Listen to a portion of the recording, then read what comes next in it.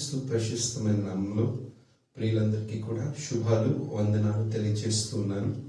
మన అద్వితీయ సత్యవంతుడైన యేసుక్రీస్తు యొక్క శాశ్వతమైన కృప మనందరి ఎడల స్థిరముగా శాశ్వతముగా నిలుచునుగాక. ఆమేన్. ప్రియులారా, ఈ సమయంలో ఈ పునరుత్థాన దినాన్ని దేవుడు ఈ విధంగా మనకి ఏర్పాటు చేశాడు. మరి ఈ సమయంలో దేవుని యొక్క వాక్య భాగాన్ని మనం ధ్యానం చేద్దాం.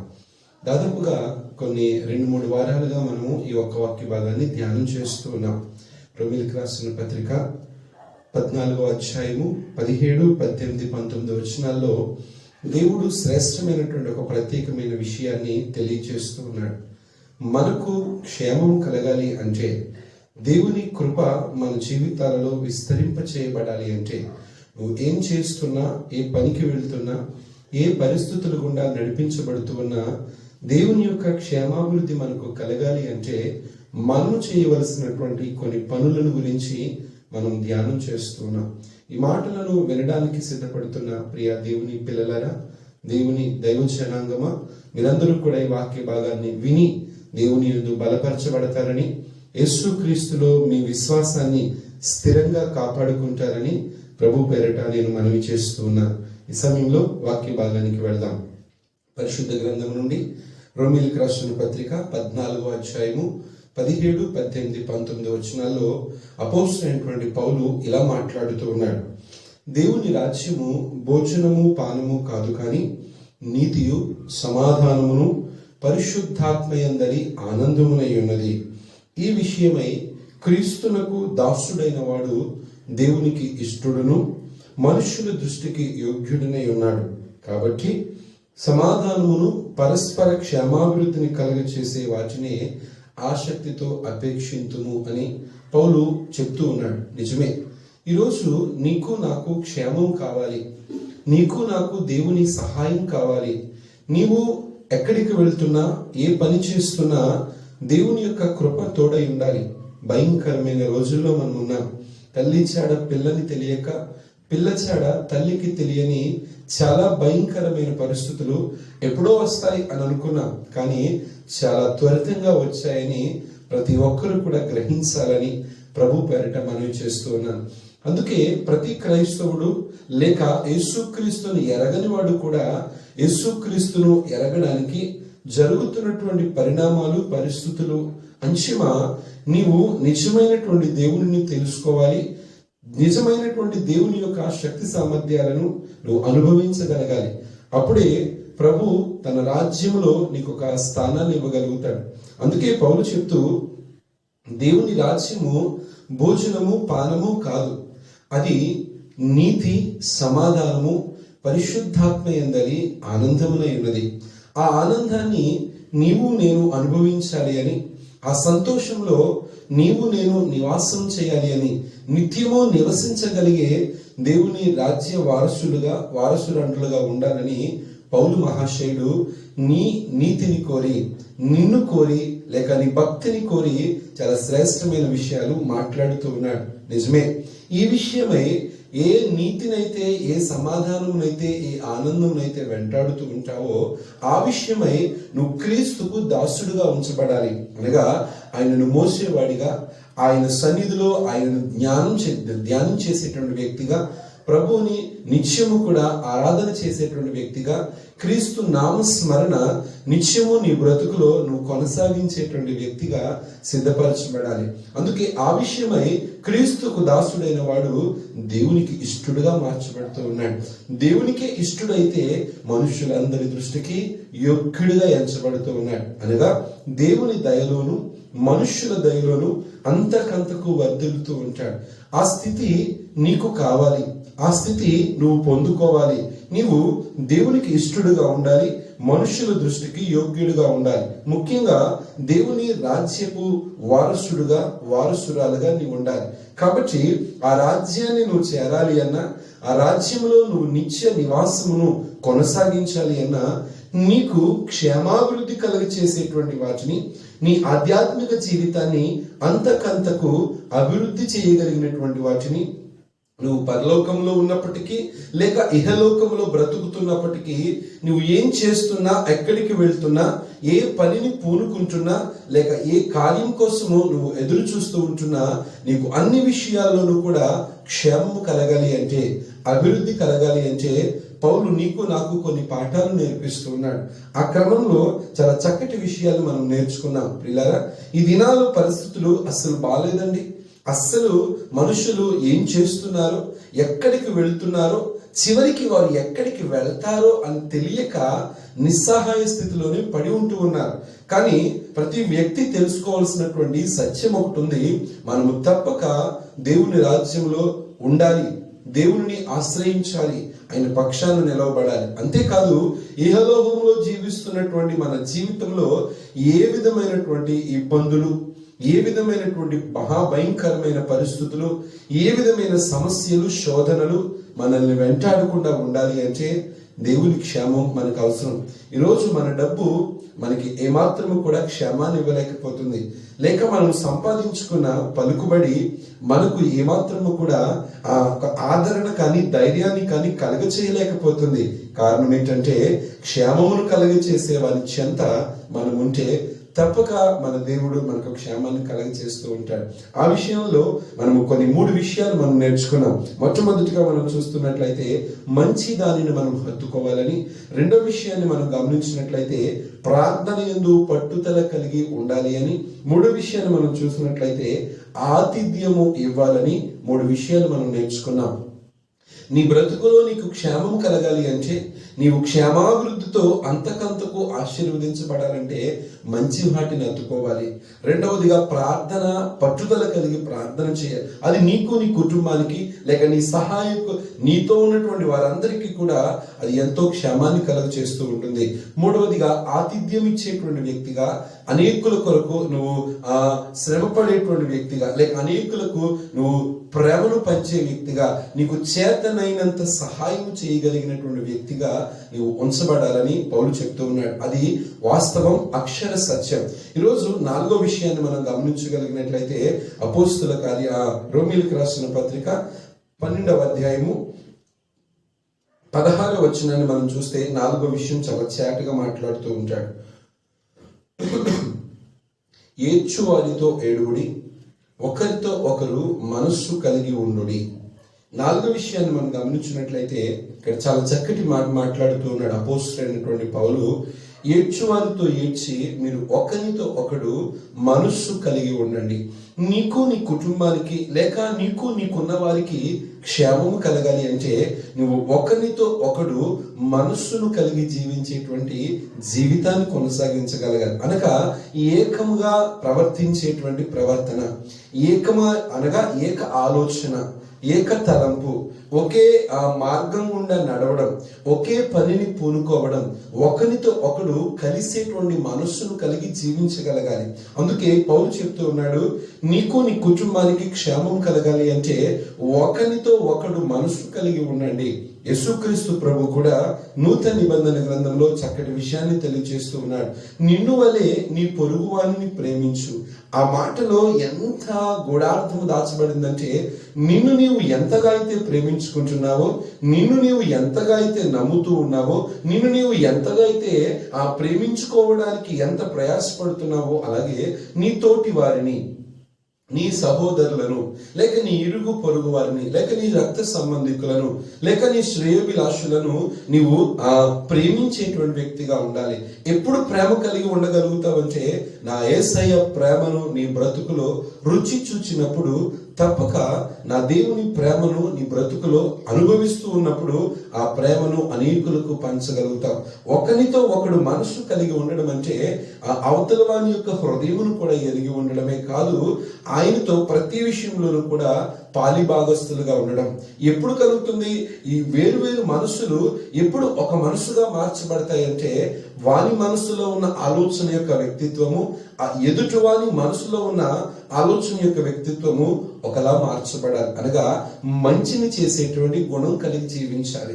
అందుకే పౌలు చాలా తేటగా మాట్లాడుతూ ఉన్నాడు, హెచ్చువాటి యందు కాక ఏడ్చే వారితో నువ్వు ఏడవాలట, నవ్వే వారితో నువ్వు నవ్వాలట, సంతోషించే వారితో నువ్వు సంతోషించాలి. రక్షించాలి, లేక నీ కష్టం కలిగితే, లేక నీ సహోదరుడికి కష్టం కలిగితే, నీ సహోదరికి కష్టం కలిగితే ఆ కష్టంలో నీవు పాలిభాగస్తుడుగా ఉంచబడాలట. అందుకే నీవు దేవుని పక్షమున నిలవబడిన వాడవై ఒకరితో ఒకడు మనసు కలిగి ఉండాలని చాలా చక్కటి విషయాన్ని తెలియజేస్తున్నాడు. ఈ దినాల్లో ఎవరు నమ్మలేనటువంటి పరిస్థితి అయిపోతూ ఉంది. భార్య భర్తను నమ్మడం లేదు, లేక భర్త భార్యను నమ్మడం లేదు, భార్యాభర్తలు పిల్లలు నమ్మడం లేదు, పిల్లలు తల్లిదండ్రులు నమ్మలేకపోతూ ఉన్నారు. ఒక్కసారి ఆలోచన చేయండి. ఒకరికి ఒకరు మనసు అనేటువంటి లేక ఎవడి ఇష్టం వాడు వచ్చినట్లుగానే బ్రతుకుతూ ఉన్నాడు. ఒక కుటుంబముగా కట్టబడినటువంటి పరిస్థితిలో ఏ కుటుంబము కూడా తల్లిదండ్రులు చెప్పిన మాట పిల్లలు కూడా పాటించకపోతే, లేక పిల్లలు చేద్దామనుకున్నటువంటి పనిలో తల్లిదండ్రులు కూడా సపోర్ట్ చేయకపోతే, ఒకరి ఎడల ఒకరికి మనసు అనేది లేకపోతే, ఒకరి మీద ఒకరికి ప్రేమ అనేది లేకపోతే అక్కడ కార్యాలు ఏం జరుగుతాయండి? సంతోషం ఎలా దొరుకుతుంది? వారి జీవితంలో ఏ విధముగాను కూడా తృప్తి లేనటువంటి బ్రతుకుతూ ఉంటారు కదా.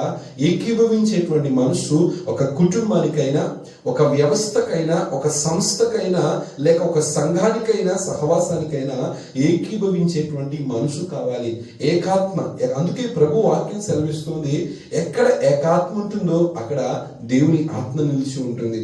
ఎక్కడ ఏక మాట ఉంటుందో అక్కడ పరిశుద్ధాత్మ దేవుడు కార్యాలు చేస్తాడు.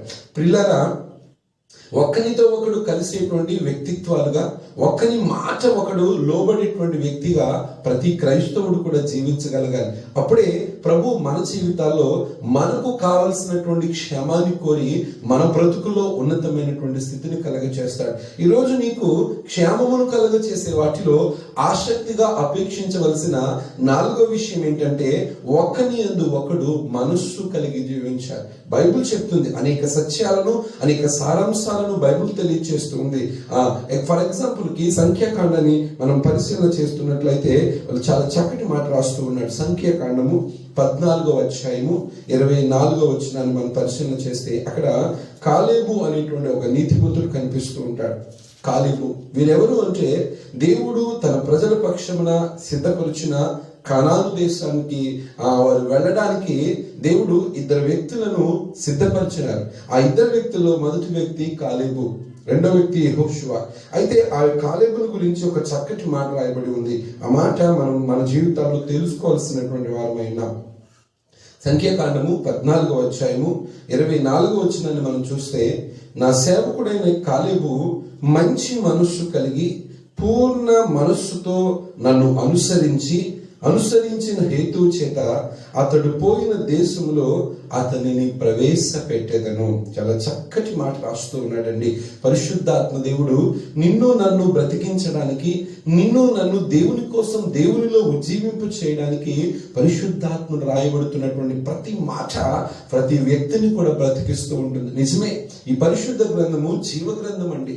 ఇది చదువుతున్న ప్రతి ఒక్కరిలోనూ కూడా జీవింప చేయాలన్న కోరిక పుట్టింపు చేస్తుంది.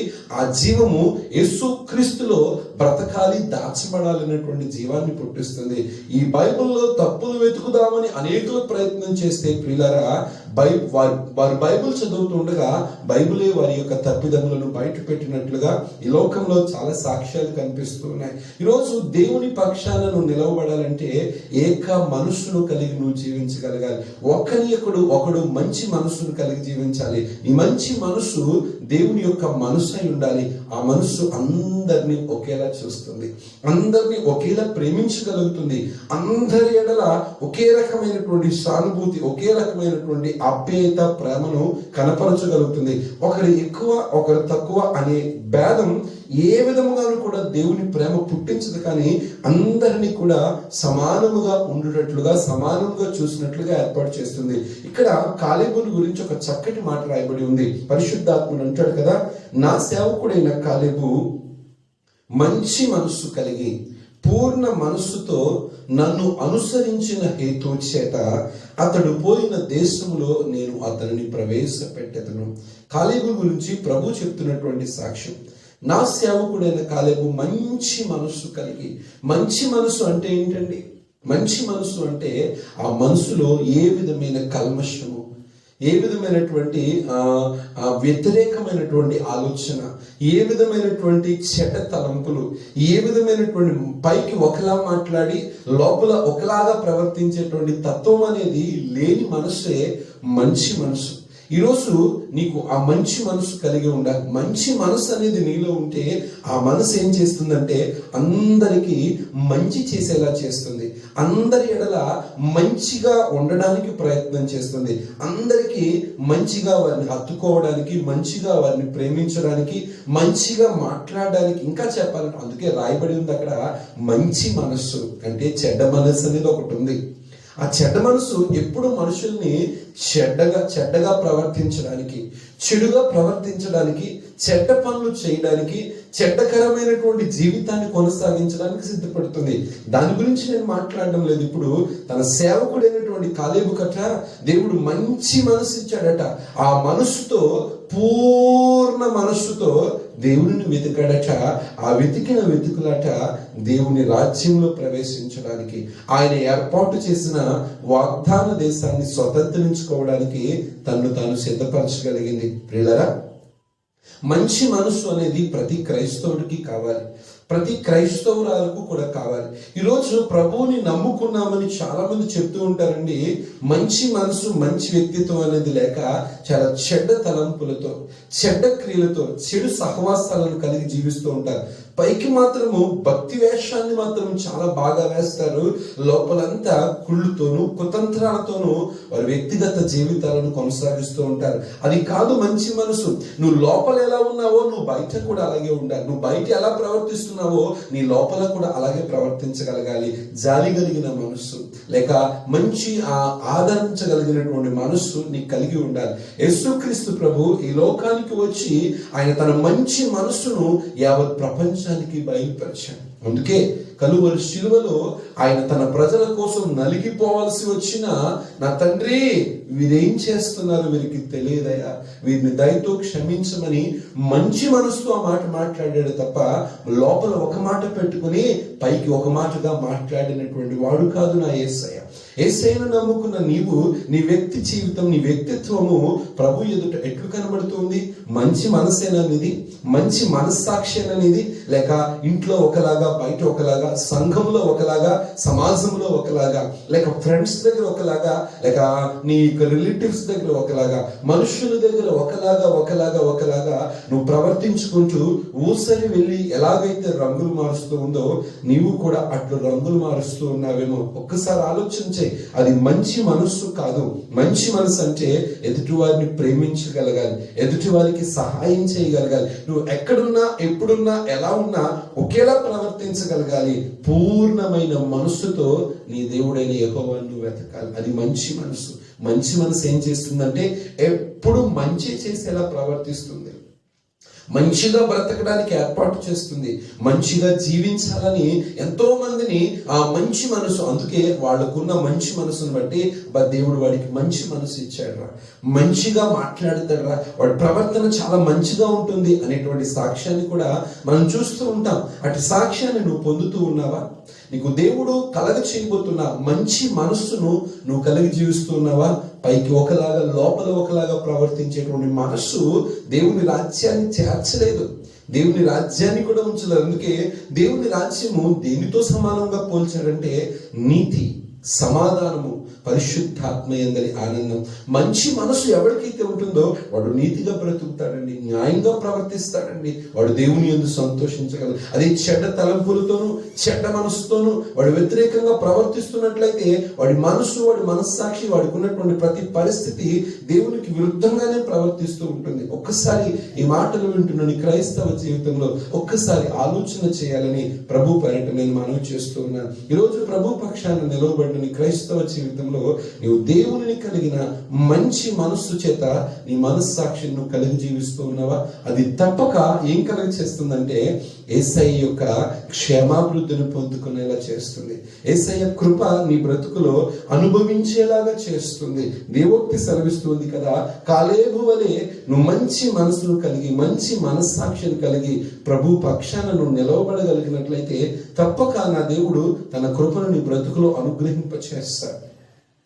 అది నీకు క్షేమము, నీ కుటుంబానికి, నీ భర్తకు, నీ భార్యకు, నీ బిడ్డలకు, నీకున్న సమస్తానికి కూడా క్షేమమును కలిగి చేసేటువంటి మంచి మనస్సును సంపాదించుకోవాలని ప్రభు పేరట నేను మనవి చేస్తూ ఉన్నాను. తర్వాతగా క్షేమాభివృద్ధిని కలిగి చేసే వాటిలో ఆసక్తిగా అపేక్షించవలసిన 5వ విషయాన్ని కూడా ఈరోజు నేను చెప్పడానికి ఇష్టపడుతూ ఉన్నాను. 5వ విషయాన్ని కూడా మనం గమనించినట్లయితే అదే రోమిలికి రాసిన పత్రిక 12వ అధ్యాయము, రోమిలికి రాసిన పత్రిక 12వ అధ్యాయము 16వ వచనాన్ని మనం పరిశీలన చేస్తే చాలా చక్కటి విషయాన్ని పౌలు మహాశయుడు మాట్లాడుతూ ఉంటాడు. క్షేమాభివృద్ధిని కలుగు చేసే వాటిలో ఆసక్తిగా అపేక్షించవలసిన 5వ విషయం 16వ వచనాన్ని పరిశీలన చేస్తే అక్కడ హెచ్చు వాటి యందు మనస్సు ఉంచక తగ్గు వాటి యందు ఆసక్తులయుండుడి. నీ బ్రతుకులో, నీ క్రైస్తవ జీవితంలో ప్రభువుని నమ్ముకుని, ప్రభువుని ఎరిగి, ప్రభు కోసము జీవించాలని తాపత్రయపడుతున్న నీ క్రైస్తవ జీవితంలో ప్రభువు నిన్ను దీవించాలి అంటే, నువ్వు ఏ పని పూనుకున్నా, ఏ విషయంలో ఉన్నా నీవు దేవుని యొక్క ఆశీర్వాదాన్ని పొందుకోవాలి, సంపాదించుకోవాలి అంటే ప్రభు పక్షమున నువ్వు ఎట్లు బ్రతకాలో, ఎట్లు బ్రతుకుచు ఉన్నావో ఒక్కసారి ఆలోచించే. అందుకే క్షేమాభివృద్ధిని కలుగు చేసే వాటిలో ఆసక్తిగా అపేక్షించగలిగిన 5వ విషయము తగ్గు వాటి యందు మనస్సు ఉంచగలగాలి. అనగా నిన్ను నీవు ఎప్పటికప్పుడు తగ్గించుకోగలగాలి. దావీదు తనను తాను తగ్గించుకునే విషయంలో ఆకాశం నీ సింహాసనమయ్య, ఈ భూమి నీ పాదపీఠంనైనా, ఆకాశం వైపు కనులెత్తి చూడడానికైనా, భూమి వైపు కనులు దించి చూడడానికైనా నాకు యోగ్యత కానీ అర్హత కానీ లేదయ్యా అని ఎప్పటికప్పుడు ఆయన రాజైనా లేక మహారాజైనా, ఎంత హోదా పొందుకున్నా, ఏ స్థితిలో ఆయన ఉంటూ ఉన్నా ఎప్పుడు దేవుని యందు తనను తాను తగ్గించుకోగలిగాడు. అందుకే ఎవడైతే తనను తాను తగ్గించుకుంటాడో వాడు హెచ్చించబడతాడు. ఎవడైతే తనను తాను హెచ్చించుకుంటాడో వాడు అధపాతాలకి తొక్కివేయబడతాడని లేఖనాలు చాలా చక్కగా తెలియజేస్తూ ఉన్నాయి. క్రైస్తవుడిగా నీ క్రైస్తవ్యము విధేయతతో కూడి తగ్గించుకునేటువంటి క్రైస్తవంగా ఉండాలి. అన్నీ ఉన్నటువంటి నా దేవుడు, అన్నీ కలగ చేయగలిగినటువంటి నా దేవుడు, సమస్తాన్ని చేయగలిగినటువంటి నా ప్రియ ప్రభువు ఈరోజు ప్రపంచానికి విధేయత అంటే ఏంటో నేర్పించాడు.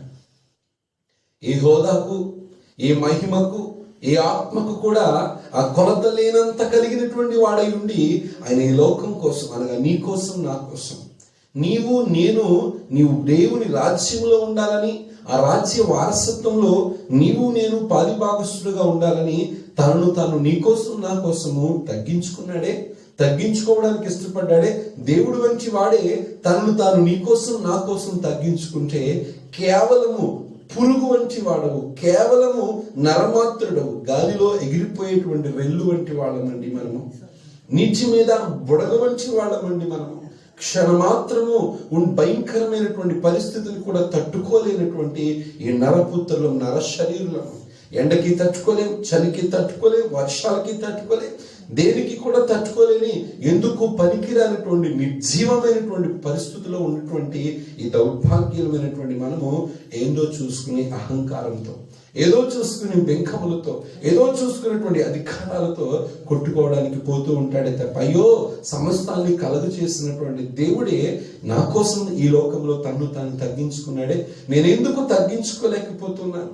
నేనెందుకు నన్ను నేను లోకంలో తగ్గించుకోలేకపోతున్నాను? నాకు ఎంత ఉన్నా, అందుకే ఈ లోకంలో చెప్పబడుతుంది కదా, అన్నీ ఉన్న ఆకంట అణిగుమణిగి ఉంటుందట, ఏమీ లేని ఆకంట ఎగిరెగిరి పడుతూ ఉందట. ఈరోజు దేవుని మాటలను వింటున్న క్రైస్తవ జీవితంలో ప్రభువుని నమ్ముకుని, ప్రభు కృపను పొందుకుని, లేక పరిశుద్ధాత్మ యొక్క తాకిడిని రుచి చూసి యేసుక్రీస్తు యొక్క వారసత్వంలో పాలు పొందడానికి సిద్ధపరచబడిన నీ క్రైస్తవ జీవితంలో ప్రభువునందు నువ్వు తగ్గించుకోగలుగుతూ ఉన్నావా? నీ కుటుంబాల యందు, లేక నీ తల్లిదండ్రుల యందు, లేక నీ సంఘం యందు, లేక నీ సహవాసం యందు, అయ్యో నా బ్రతుకు ఎంత, నా జీవితం ఎంత, నా యొక్క స్థితి ఏంటి, నా పరిస్థితి ఏంటి, నేను బ్రతకడానికి కారణం నా దేవుడే. అలాంటి నా దేవుడే తను తాను తగ్గించుకుని విధేయతకు అర్థం చూపించాడే. మరి ఆఫ్టర్ ఆల్ నేనెంత అని నీవు ప్రభు ఎదుట తగ్గించుకోగలుగుతూ ఉన్నావా? నీవు తగ్గించుకోగలిగినట్లయితే తప్పక నా దేవుడు నీకు నీ కుటుంబానికి లేక నీకు నీకున్నటువంటి వారికి క్షేమాభివృద్ధిని కలగచేస్తాడు. పౌలు అంటాడు కదా, క్షేమాభివృద్ధిని కలగచేసే వాటిలో ఆసక్తిగా అపేక్షించవలసిన 5వ విషయం ఏంటంటే నిన్ను నీవు తగ్గించుకోగలగాలి, తగ్గువాటి యందు మనస్సు ఉంచగలగాలి. ఈరోజు చాలా మంది 3 రూపాయలు సంపాదిస్తే మునసిబులు అయిపోతూ ఉన్నారు. దేనికి లెక్క చేయడం లేదు, తల్లిదండ్రుల మాటకు లెక్క చేయడం లేదు, లేక పెద్దవాడు ఏమైనా చెప్తే ఆ మాటకు లెక్క చేయక తగ్గించుకోకుండా లోకంలో ఉన్న వాటిని చూసుకుని విర్రవీగుకుంటూ వాళ్ళ జీవితాన్ని కొనసాగిస్తూ ఉన్నారు. ఈరోజు అదే బ్రతుకు నువ్వు బ్రతుకుతున్నట్లయితే నీ క్రైస్తవుడిగా నీ క్రైస్తవ్యానికి అసలు అర్థమే లేదని ప్రభు పేరట హెచ్చరిస్తూ ఉన్నా. క్రైస్తవుడుగా నేను నువ్వు తగ్గించుకోవాలి, తగ్గు వాటి యందు మనస్సును కలిగి జీవించాలి. లూకా సువార్తలో ఒక చక్కటి మాట రాశాడు. లూకా సువార్త 14వ అధ్యాయంలో ఒక చక్కటి విషయం రాయబడుతుంది. లూకా సువార్త 14వ అధ్యాయము 11వ వచనాన్ని మనం చూస్తే, కన్ను తాను హెచ్చించుకొని ప్రతివాడును తగ్గింపబడును, తన్ను తాను తగ్గించుకొని వాడు హెచ్చింపబడునని చెప్పాను. ఈ మాట సాక్షాత్తు యేసుక్రీస్తు ప్రభువే మాట్లాడుతూ ఉన్నాడు. తనను తాను తగ్గించుకున్నవాడు హెచ్చించబడతాడు, తనను తాను హెచ్చించుకున్నవాడు తగ్గించబడతాడు. అనగా ఎప్పుడైతే తనకున్న డబ్బును చూసి, తనకున్న పలుకుబడిని చూసి, తనకున్న హోదాను చూసి, లేక తనకున్నటువంటి పరపతిని చూసి ఎవరిని లెక్క చేయకుండా, ఎవరిని పట్టించుకోకుండా, ఎవరి కోసం కూడా ఆలోచన చేయకుండా తనకున్నదని చెప్పి బ్రతకను ఉద్దేశించినటువంటి వాడు ఎవడైనా ఉన్నట్లయితే వాడికున్న స్థితి, వాడు కలిగేటువంటి గతి ఎంత భయంకరమైనదో. అందుకే నీకు ఉన్నదాన్ని బట్టి నువ్వు సంతోషించకూడదు, కలిగిన దానిని బట్టి నువ్వు సంతోషించకూడదు. సమస్తాన్ని కలగ చేయగలిగిన దేవుని యందు నువ్వు సంతోషించి ఆనందించాలి. ప్రియులారా, ప్రభు పక్షాన క్రైస్తవులుగా, దేవుని బిడ్డలుగా చలామణి అవుతున్న నీ క్రైస్తవ జీవితంలో నీవు ప్రభు యందు తగ్గించుకోగలుగుతూ ఉన్నావా? నువ్వు క్రీస్తులో తగ్గించుకోగలుగుతూ ఉన్నావా? విధేయతకు అర్థము చూపించిన నా యేసయ్య యొక్క విధేయతను నువ్వు కలిగి జీవించగలుగుతూ ఉన్నావా?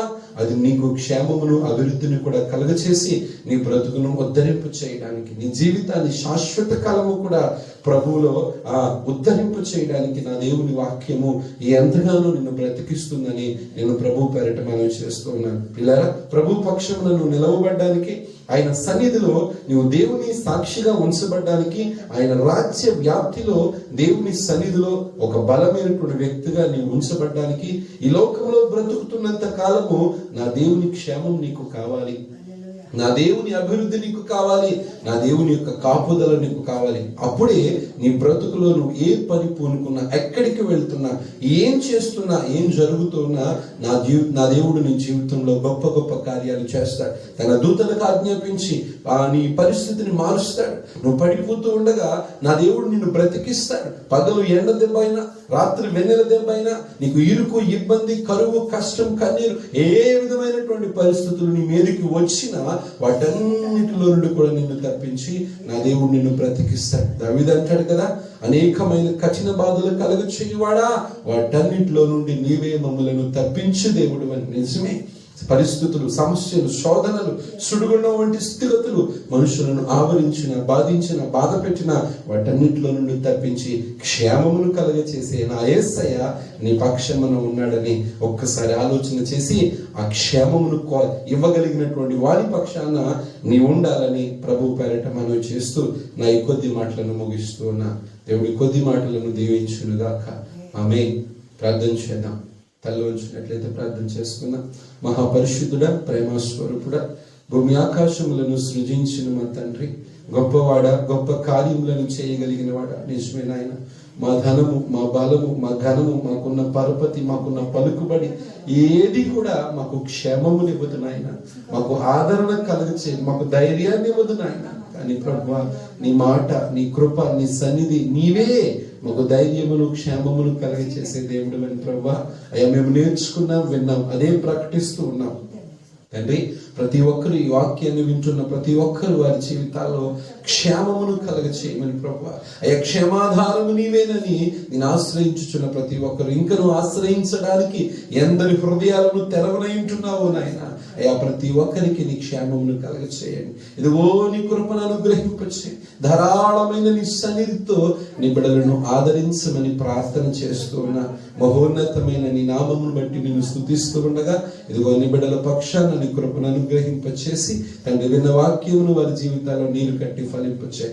ఎందరి వాక్యాన్ని ప్రభు వింటూ ఉన్నారో వారి జీవితాల్లో కార్యాలు చేయండి. క్షేమాభివృద్ధిని కలగచేసే నీ పక్షమున వారు నిలవబడిన వారై తండ్రి అయ్యా ప్రభువా, మరి అందరితోనూ కూడా కలిసి ఒకరితో ఒకడు మంచి మనస్సు కలిగిన వారుగాను, అంతేకాదు నాయన మరి ఒకరి కొరకు ఒకరు ప్రార్థన చేసేవారుగాను, అంతేకాదు నాయన మరి తక్కువ వాటి యందు మనస్సు కలిగినటువంటి వారుగాను ఉండునట్లుగా నీ కృపను చూపమని, మరి ఎందరూ అయా రోగగ్రస్తులుగా ఉన్నారు, ఎందరూ బలహీనతలతో ఉన్నారు, ఎందరూ నాయన ఏ పరిస్థితులు నలిగిపోతూ ఉన్నారో ఆ పరిస్థితుల నుండి వారిని విడిపించండి నాయన.